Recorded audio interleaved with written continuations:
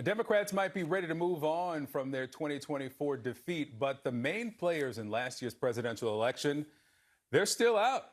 They're not stepping back. WABE and NPR News political reporter Rahul Bali, attorney Lisa Bonner, and Afrotech publisher Drew McCaskill, they are all with me now. Welcome to the Roundup. Let me start with you, Rahul. And we saw the former vice president out this week on Colbert. She's got a new book coming out. The president, former president, was out this week as well, speaking to a group of judges. Are elected Dems ready to move on, and they refuse to give up the spot? I think that's a great question. We're trying to figure out on both them, and this is happening both at the state and the local level, and national level. Is first of all, Democrats are trying to figure out what's next. Like, what's the focus in 2026 and maybe even 2028? Look, here in the state of Georgia, I covered state politics. One of the most common questions I get is Stacey Abrams going to run for governor again? It's one of the most common questions that I get. And what do I get? Some people are like, no, I don't want to see her run again. And then a whole different group of people are like, oh, I want to see her run again. You're having the same thing around the vice president and around other key Democratic officials and names. Drew, what do you think? Listen, I think this might be a little bit of state the obvious here, but I don't think the Democrats have a personality problem or a policy problem. They've got a communication problem. Their superstars in their bench right now, they're all speaking in dissertations like they're at a grad school presentation, right? I think the opposition has done really well with these one-line zingers and three-sentence policies, and they're winning. The thing I think that the difference between the two parties is that the DNC has to look at this as that they are at the nuclear option. They've got to coalesce around a couple of super leaders and promote them and support them unilaterally. Republicans hate Trump, right? They do, and they have consistently hated him. But one thing that they're willing to do is that they will get ready to get behind him 100%, no matter if he insulted their wives, their kids, or whatever the case was. And he delivered for them, the House, the Senate, and 3 really young Supreme Court justices. Now, I will say the polling shows that Republicans love Trump. At least that's what they're telling pollsters, right? That they love Trump. Lisa, let me come to you. And one of the issues that is separating, or at least has separated the president from members of his base, is the issue of Jeffrey Epstein and those files. And from a legal perspective, we saw that Ghislaine Maxwell is now in a minimum security prison camp.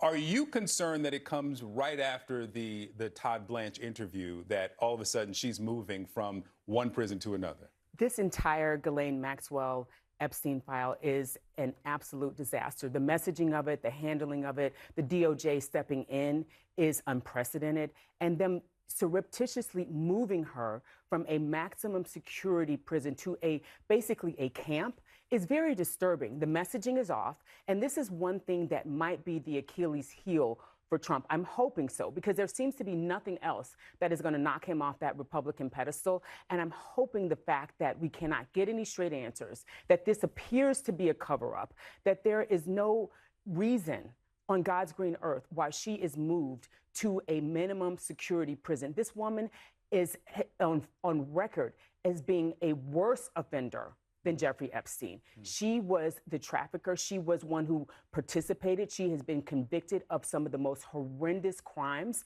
and they are treating her like she is the gift, and they are going, and she might be Trump's gift, but I don't think that anybody is really going to believe the messaging. So the messaging is off, the optics are off, and the entire situation is troubling. Right. And here's where the politics comes into it, because people have asked, hey, so what's the politics of all this? And the politics of it is there could be Trump voters who stay home over this issue. And in a close election, those voters could make a difference, especially with that group of voters who may follow some of the popular social media influencers and some of the popular podcasters who are also frustrated with this issue. That's the politics of this. But here's the thing, is that we're hearing this from the Nick Fuentes. We're hearing this from the Candace Owen, the conservative talk show hosts and those influencers. But what our CNN political team has found is that at these Republican town halls, the voters are not bringing this as issue number one. So how do you differentiate between those who have the mic and those who have the votes on how important this is? I think the opportunity really is with talking to low-income, rural, and urban voters about actual like tabletop issues, right? Like they're not talking about at their households every day the Epstein files. I think the thing that particularly Democrats should do is let the Trump White House, the DOJ, cable news all fight out the Epstein files. And what people who actually want to win their seats and keep their seats, congressional leaders, they need to go and roadshow the fact that this big, beautiful bill is going to come along with really big, ugly tax bills, really big, ugly healthcare bills, and really big, ugly grocery bills, and have those conversations.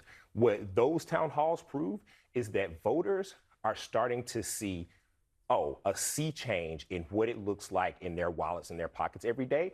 And this Epstein thing is great for television. It's great for the news cycle. It'll probably help. Probably help shave off some of those swing state voters.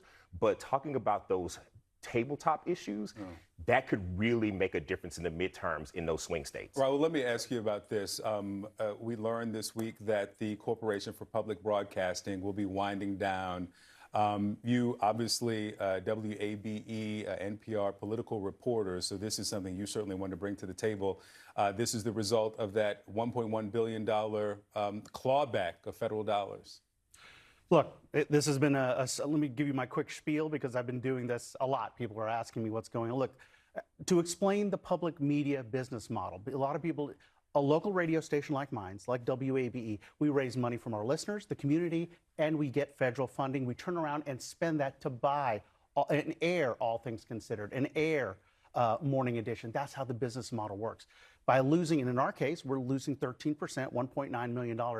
We're going to have to make decisions on what programming we can buy and air, and also what we do on a local level with a local news department with our 22 journalists. So that's what local radio stations are having to deal with, is making those decisions of what to air, who to staff. And so, look, what I tell people is if you're a listener of public media and you don't donate, maybe now's the time to do it. Is this existential for some of those smaller rural stations? I think it's for all stations, rural especially, but also, I mean, you know, some stations like ours, we don't get any other government funding. Other stations get like city funding or even state funding. Yes, this is a challenge for stations around the country. All right, everybody stay with me. We've got more coming up as we continue this morning roundup after the break, including, is the summer break too short? All right, we'll be back. Joe's arrest triggered an evacuation of the BBC. He always thought that he would get away with everything. Be the jury, I'm the defendant. Billionaire Boys Club, tonight at 10 on CNN.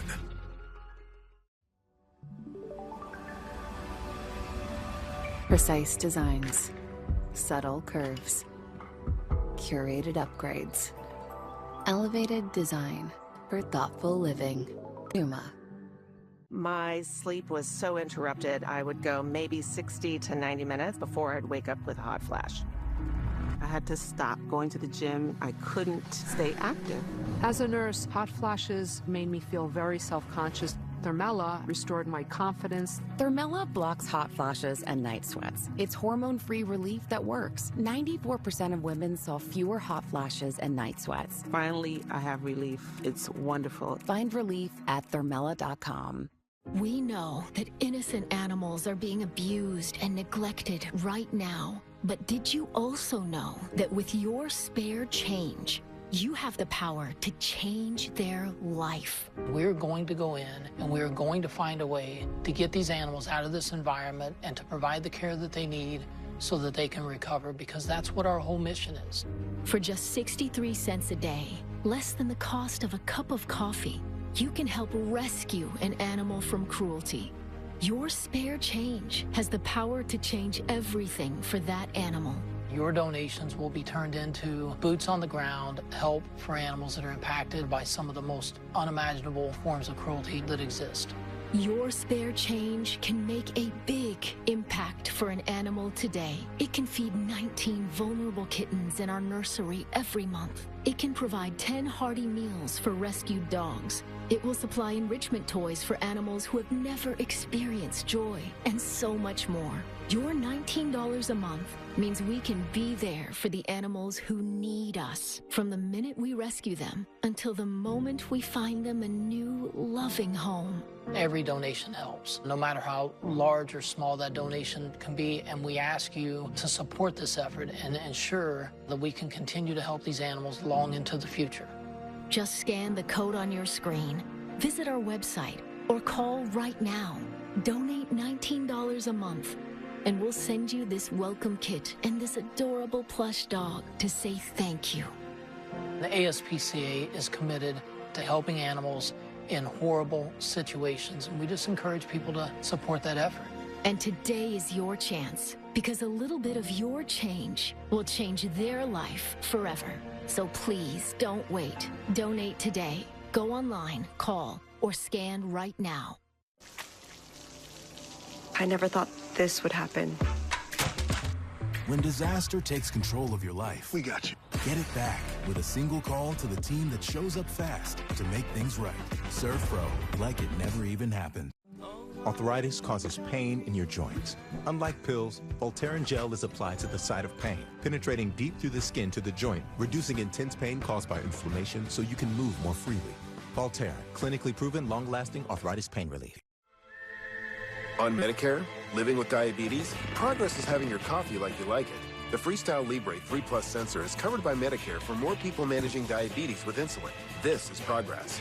Ask your doctor today. I avoided the mirror. I felt alone for a long time. I remember going home and praying for it to go away, not thinking it was something wrong with me. I go into a lot of things thinking it's not going to work, and I thought muesli would be the same thing, but it actually worked. More than 700,000 patients have regained their confidence with muesli's prescription treatments. When you're hopeless and then you find other women who are in the same boat as you suddenly feel okay. We're going to get out of it together. That's what muesli did for me.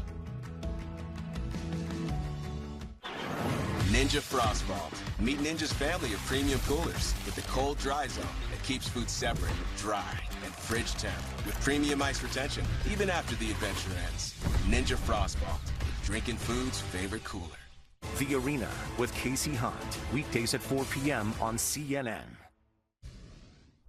All right, welcome back to the Morning Roundup with Raul Bali, Lisa Bonner, and Drew McCaskill. Let's start here with Sean Diddy Combs. The president was asked about a potential pardon for Combs. Here's what he said. Probably, I was very friendly with him. I got along with him great, and seemed like a nice guy. I didn't know him well. But when I ran for office, he was very hostile. He said some not so nice things about you, sir. And it's hard, like you, we're human beings. Right. And we don't like to have things cloud our judgment, right? But when you knew someone and you were fine, and then you run for office and he made some terrible statements. So I don't know, it's more difficult. It makes it more, I'm being honest, it makes it more difficult to do. Lisa, that answer was about his ego. It had nothing to do with the merits of the case or the conviction. Let's put that to one side. But Combs, he wants this conviction thrown out. Explain the basis or the argument. Well, first of all, I want him to just sit down and just go away. Did he? Yeah. We've all had enough of him. He just needs to take his licks and just move on. However, the basis of his request is that basically he's saying that I engaged in amateur porn, which is protected under the First Amendment. No one else has been prosecuted under the Mann Act, which is not true under those circumstances. And he says, listen, this should be tossed out. And if it is not tossed out, I would like a new trial that is focused solely on the evidence from the freak-offs and the hotel nights, because I had a lot of spillover, which clouded the judgment of the jury. That is the legal basis of the case. You think it goes anywhere? I do not. Okay. I do not. We are all collectively tired of him. I do believe the judge is tired of him as well, because Sean's legal team did have some legitimate arguments when they were asking for him to be let out on bail. They did, because they stated he did not have any priors. The issues that he was convicted on were overturned. However, the judge said, you are still a menace to society. It is clear that the judge believes that nothing has changed, that he has not learned his lesson. And I do believe that the judge who has been heretofore against him being released on bail is going to keep him in MDC until his sentencing on October 3rd, and I fully support that. All right, Drew, let me come to you on this. The president is now bringing back the Presidential Sports, Fitness, and Nutrition Council, and he put on it Lawrence Taylor, who is a former linebacker, also a registered sex offender. Yeah. I mean, listen, I am all for bringing back resources and to public schools and to get kids moving. But does anybody remember the heat that Michelle Obama took in 2010 for her Let's Move campaign? I mean, Sarah Palin and Rush Limbaugh were on TV mocking her every day. Sarah Palin shows up at public schools with cookies, calling Michelle Obama, the food police. And Michelle Obama had all these incredible programs, and they did all these things with food security and healthy food and getting moving. And she did it all without bringing on a registered sex offender to help her promote it, right? In addition to the timing of going through all that's happening with the Epstein files, he added this registered sex offender. I want you to listen to what Lawrence Taylor said at the announcement. Scary. He's a little shy, but once he gets going, nobody can stop. Oh, no, that don't stop. I'm just proud to be on this team. I don't know why. I don't know what we're supposed to be doing, but I'm here to serve, and I'm here to serve you. Now, to be fair, I don't know what they're supposed to be doing either. But I'm not on the council. Right. And can I also just say that the people of color that this administration pulls in to put out front for things, I feel that there's some strategy in that they're not pulling out the best and the brightest of us to do the jobs that we're talking about. They're pulling out the worst and the most abhorrent. Yeah. Let's be clear about it. I think it speaks to how they feel about the black electorate, right? And the black people that they choose to push forward. And they're saying something without saying it, and I'm hearing it loud and clear. I think a lot of other people should be hearing it too. We all are hearing it. Raul, this is something that, as a parent, you're actually disappointed that the summer break is ending. Kids going back to school, you say too early. Monday. Yeah. Tomorrow. I mean, like we would try to get kids back on sleep schedules. Look, it's not just it's early. It's just been this whole shift over the years. I grew up here in Georgia. I remember graduating from high school in June, in the middle of June. Yeah. This past year, my kids got out of school in the middle of May. Yeah. Okay. And now we're going back the first week of August. There's some kids went back to school last week. Yeah. I went back after Labor Day. Yeah. Yeah. It's just it's the shift. I mean, I think it shortens the possibility for vacations. You really can't take a vacation at the end of May, not until after Memorial Day. So it's not as much we're starting early. It's this weird shift where we've kind of moved to almost now middle of May and then the beginning of August for some parts of our country, like ours, and it's going to be hot. Now, as someone who doesn't have kids, when the back to school sales started, I was like, man, they're starting early. No, the kids are actually going back to school. July. All right, so something that might be in lunch boxes are the new Golden Sriracha Doritos. Those have come out, and the Doritos, the makers, they say that this will now be... Oh, here, they're right here. This will now be the new cool. Oh, you have them. Oh. I come with gifts. Take one pass down. Oh, you got a big pass. Yes. We got the big bag. Okay. We're going to be the envy All right. of everybody. So they say that Gen Z loves Sriracha. Yes, right now. Okay. Gen Z loves Sriracha, but they actually wanted to do something a little more complex. Instead of red, they've gone with yellow. Okay. That they say is layered. You see, I like it. This is delicious. I love it. Oh, yeah. I'm for this. It's smoother than the nacho cheese. The nacho cheese has a really little bite to it. Yeah. And then, and this is I could see how this would be the new Cool Ranch. This is a little corn chip. Yeah, yeah. See, I was going to compare this to spicy sweet chili. Do you eat those Doritos? I don't, but this is good. This is good. All right. My kid eats Doritos. This may be in his lunchbox Monday morning. And it doesn't have the red It doesn't have the artificial red dye. dye. Right. Win. Bali kids in the Bali household, you're welcome. All right, Raul, Lisa, Drew, thank you. Thank you. We'll be right back. Thanks for the chip. Yes. This is great. Have I got news for you? It's back. Predictions on how you think it'll go. I say laughs. Yes. I predict debate. Yes. Headlines. Yes. Information. Yes. Camaraderie. Yes. Corporate downside.